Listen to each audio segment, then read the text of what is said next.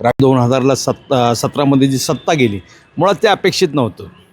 परंतु भाजपने ज्या पद्धतीने पिंपरी चिंचवडमध्ये रान सगळं पिंजून काढलं, ज्या पद्धतीने भाजपने राष्ट्रवादीवरती आरोप प्रत्यारोप सुरू केले, त्याच्यामध्ये राष्ट्रवादीकडून प्रत्युत्तर यायला पाहिजे होतं, ते कधीच आलं नाही. त्याचा परिणाम राष्ट्रवादीची सत्ता गेली.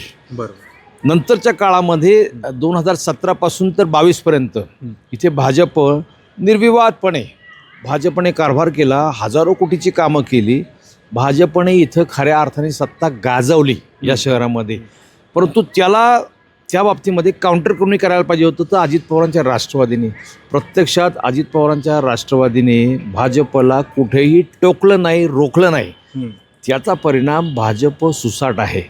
प्रशासकीय राजवटीमध्ये जो भ्रष्टाचार झाला किंवा 2017 ते 22मध्ये भाजपच्या काळात जो भ्रष्टाचार झाला, याच्या बाबतीमध्ये ज्या पद्धतीने राष्ट्रवादीने त्याच्यावरती अंकुश ठेवायला पाहिजे होता तो बिलकुल ठेवला नाही.